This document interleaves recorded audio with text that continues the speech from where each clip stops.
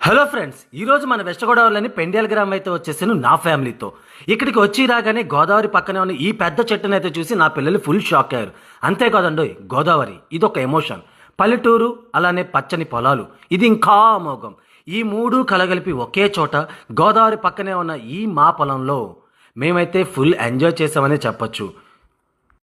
మా పొలంలో కొబ్బరి, కోకో, అరటి చెట్లు అయితే పండిస్తున్నాము. ఇక్కడ మా అంకుల్ అయితే కోకో కట్ చేసి ఇచ్చారు. ఇది ఆల్మోస్ట్ ఒక చాక్లెట్ అలానే సీతాఫలం మిక్స్ చేసి తింటే ఎంత టేస్ట్ ఉంటుందో సూపర్బ్ అని చెప్పచ్చు.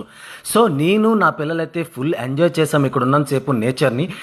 నాకైతే అనిపించింది లైఫ్లో ఎప్పటికైనా సరే అన్నీ వదిలేసి ఇక్కడికి వచ్చి ఒక గెస్ట్ హౌస్ ప్లాన్ చేసుకుని ఎంజాయ్ చేయాలని. అబ్బాబ్బా, నిన్నటి వరకు ఫ్లడ్ ఎఫెక్ట్స్తో ఈ ప్లేస్ అంతా వాటర్తో నిండిపోయింది. కానీ ఇప్పుడు అది ఏమీ లేదు. నేచర్ అంటేనే అంత. ఎప్పుడు ఎలా ఉంటుందో, ఎప్పుడు ఎవరిని శిక్షిస్తుందో, ఎవరిని బాధిస్తుందో, ఎవరిని ఆనందపరుస్తుందో, ఎవరిని